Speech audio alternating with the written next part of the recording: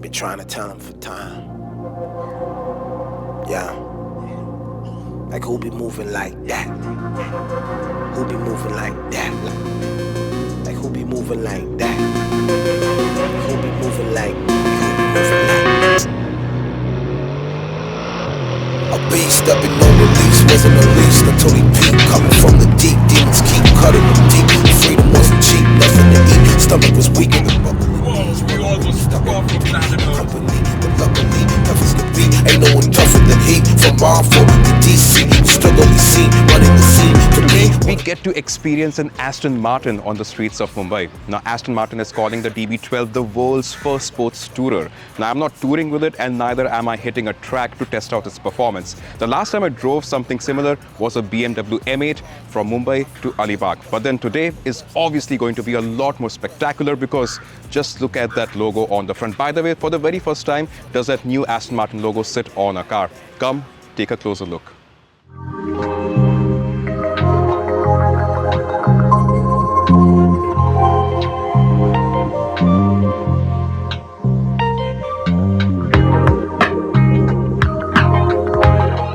Now, how do you tell the difference between a DB11 and a DB12? It can get really confusing. They both have the same silhouette. But if you notice within the headlamps and the tail lamps, the elements are different. Also, the DB11 came with a reverse opening clamshell bonnet. This gets a normal bonnet, because of which the bumper is bigger and so is the grille. And that aids for better cooling.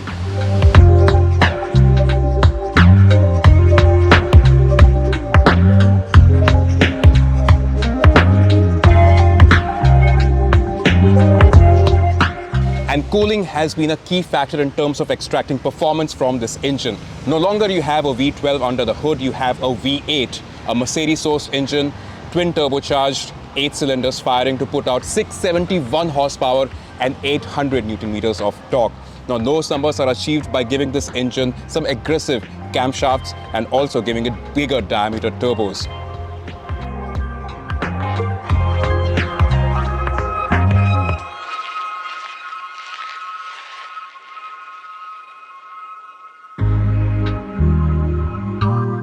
Unimaginable. It's like a James Bond thing. Now, the driving experience of the DB12, it is nothing short of glamorous and prestigious. All eyes looking at the car, and rightly so. This car wasn't introduced to the world at an automotive expo. It was given birth to at the Cannes Film Festival. What a great choice of venue, right?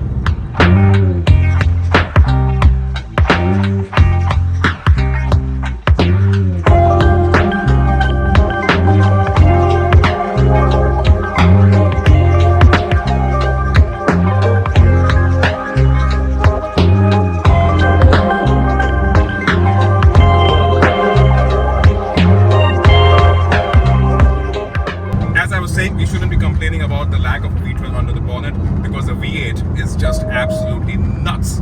Now, what is also impressive is the adaptive suspension. It keeps the car relatively flat, and that is despite it being such a big vehicle. It's not heavy, it's only 1500 kilos, roughly about that, because there is a lot of aluminum used, and that is why it gets this upper edge in terms of the competition.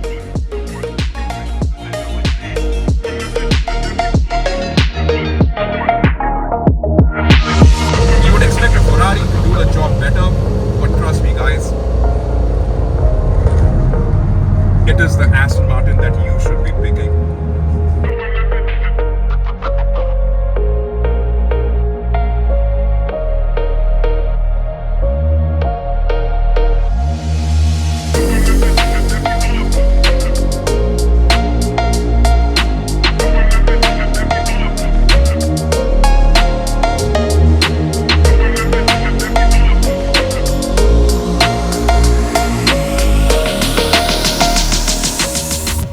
They're calling it a sports tourer, but trust me guys, 0 to 100 timings of 3.5 seconds is genuinely impressive. I know the M8 is slightly quicker on paper, but this is dramatic. It is impressive. My smile will obviously give that away. And also Sandesh behind the camera is sweating.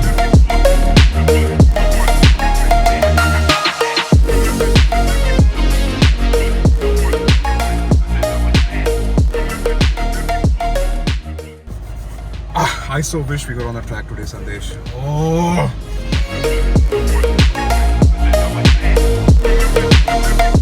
First time driving an Aston Martin and doing that with the DB12. Ladies and gentlemen, today is the best day of my life. Oh, thank you, Sandesh.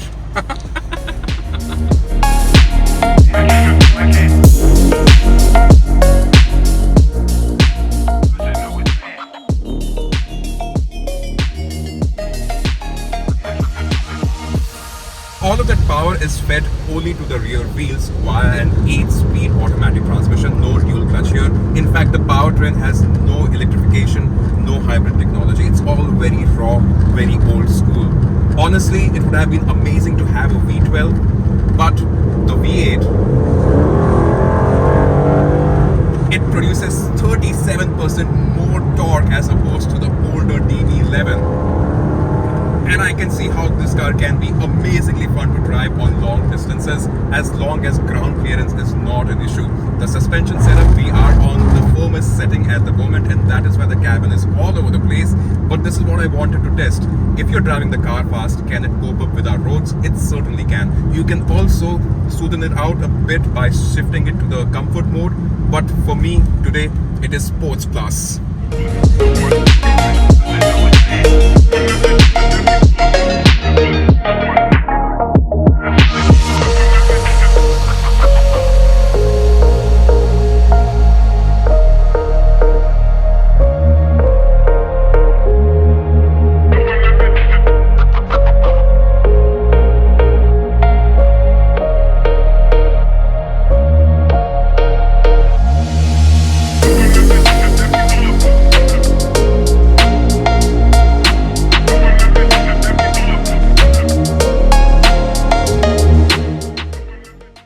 Now, anyone who's been inside the cabin of an Aston Martin, barring the DB12, would tell you that the interiors felt counterintuitive. The buttons were all placed in the wrong places. But with this one, I'm happy to report that things have changed. This is an all-new interior by Aston Martin. A lot of things new here for Aston Martin themselves, including this screen that finally gets wireless Android Auto and Apple CarPlay. I also like that the buttons here are all physical, well, most of them.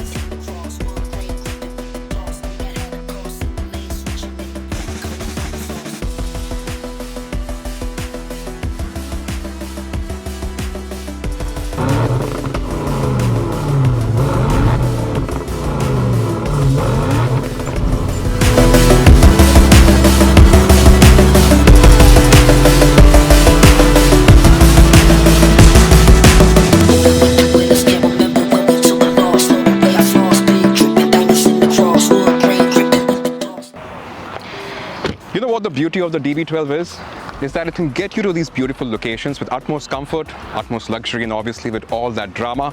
And then when you step outside the car, you admire the nature around you, you take out your phone, you take a few snaps, and then you turn around and you realize there is nothing else prettier than the DB12.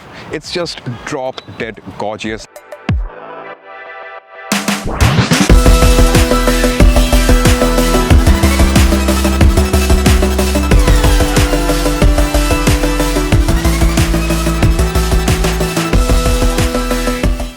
Now it is time for me to let this car go, and I'm going to do that without shedding a tear because, well, in the interest of my financial stability. But if you are someone who can afford this baby, let me tell you, you are one lucky man.